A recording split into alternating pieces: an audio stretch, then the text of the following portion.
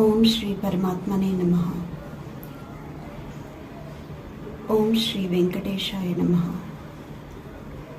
ఓం శ్రీ శ్రీనివాసాయ నమః. పాహిమాం రక్షమాం. నమస్తే అండి. నేను పౌరాణికతలో ఉన్నప్పుడు నాకు కలిగిన ఒక చిన్న అనుభూతి మీతో పంచుకోవాలనిపిస్తుంది. చిన్నప్పటి నుండి వెంకటేశ్వర స్వామి వారి ఆరాధన అంటే భక్తి కలిగి ఉండేదాన్ని. స్వామివారి ఒకనాడు స్వప్న దర్శనం కూడా జరిగింది. ఆ సమయంలో అమ్మకి చెప్పాను, కానీ ఏమీ ప్రతిస్పందన కనిపించలేదు నాకు.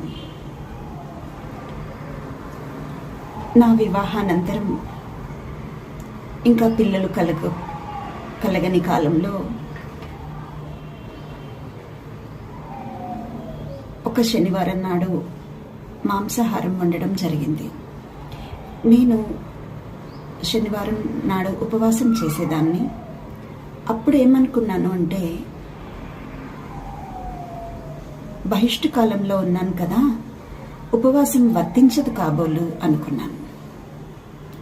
అనుకొని వాళ్ళకి వడ్డించే ముందు రుచి చూస్తారు కదండి, ఆ విధంగా కొద్దిగా గ్రహించాను. వెంటనే స్వామివారు ఒక జుగుప్సాకరమైన సంకేతం, అసహ్యకరమైన సంకేతం, ఈ కార్యం చేయదగినది కాదు, తిరస్కరించడం అనేది తన ముక్కు ద్వారా ప్రదర్శించి నాకు కలిగించారు.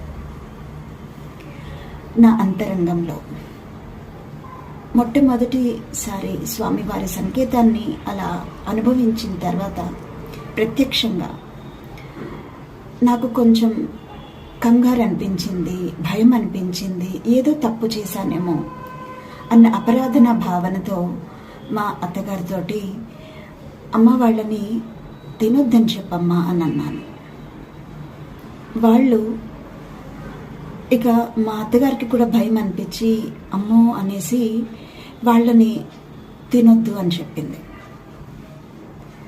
వాళ్ళు కూడా మా కుటుంబ సభ్యులు తినకుండా వేరే పదార్థం సేవించడం జరిగింది.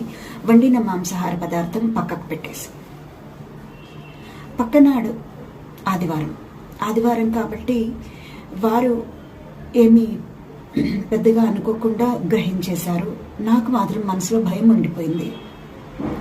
ఈ విషయాన్ని ఎవరితో పంచుకోవాలి? నాకు మనసులో ఇది భ్రమనా వాస్తవమా అన్న సందేహం వీడట్లేదు. ఎవరితో పంచుకోవాలి అనేది నాకు అర్థం కాలేదు. కాబట్టి నా మనసులోనే పెట్టుకున్నాను, ఎవరితో చెప్పలేదు కూడా. ఇన్ని సంవత్సరాల తర్వాత పౌరాణికం విడిచి ఆర్య సంప్రదాయానికి అడుగుపెట్టిన తర్వాత కూడా స్వామివారి సంకేతం నిన్న నేను ప్రత్యక్షంగా గమనించాను. స్వామివారు ఎప్పుడొస్తున్నావు అన్నారు. నేను ఏదో చిన్న గీతం కనిపిస్తేను వింటూ ఉన్నాను, వెంకటేశ్వర స్వామిదే. స్వామివారు అలా అనడం జరిగింది.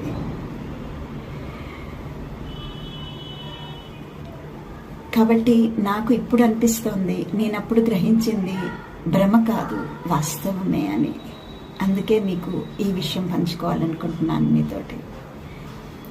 ఇక మేము మాంసాహారం త్యజించేసి నేను పిల్లలు చాలా సంవత్సరాలు అయిపోయినప్పటికీ కూడా ఆ సమయంలో గ్రహించాను కదా అన్న అపరాధ భావన ఇప్పటికీ నాకు మనసులో ఉంటూ ఉంటుంది. ఇకపోతే స్వామివారు సాక్షాత్తు పరమాత్మ కాదు అని మన ఆర్య సంప్రదాయంలో తెలుసుకున్నప్పటికీ కూడా ఒక మనకి గురు మార్గదర్శనం, పరమాత్మ దాకా చేర్చడానికి మనకి గురువులే తోడ్పడతారు కదండి. ఆ విధంగా ఒక పెద్ద గురువు గారుగా మనకి స్వామివారు నడిపిస్తారేమో అని నాకు అనిపిస్తోంది. మరి వారు ఈ విధంగా సంకేతపరుస్తారా అనేది నాకు ఇంకా పరిశోధన చేసుకోవాలనిపిస్తుందండి. ఈ విషయం మీద ఇంకొంత అవగాహన వచ్చిన తర్వాత మీకు చెప్పే ప్రయత్నం చేస్తాను. నేను నా ఛానల్లో ఎప్పుడు లైక్ చేయండి, సబ్స్క్రైబ్ చేయండి, షేర్ చేయండి అని ఎప్పుడు నేను అడగలేదు. ఎవరి స్వతంత్రత వాళ్ళకి ఉండాలి అని. కానీ ఈ విషయంలో మాత్రం కామెంట్స్ పెట్టండి అని అడుగుతున్నాను. మీ అభిప్రాయాలు తెలపండి అని కోరుతున్నాను. ధన్యవాదమండి. నమస్తే.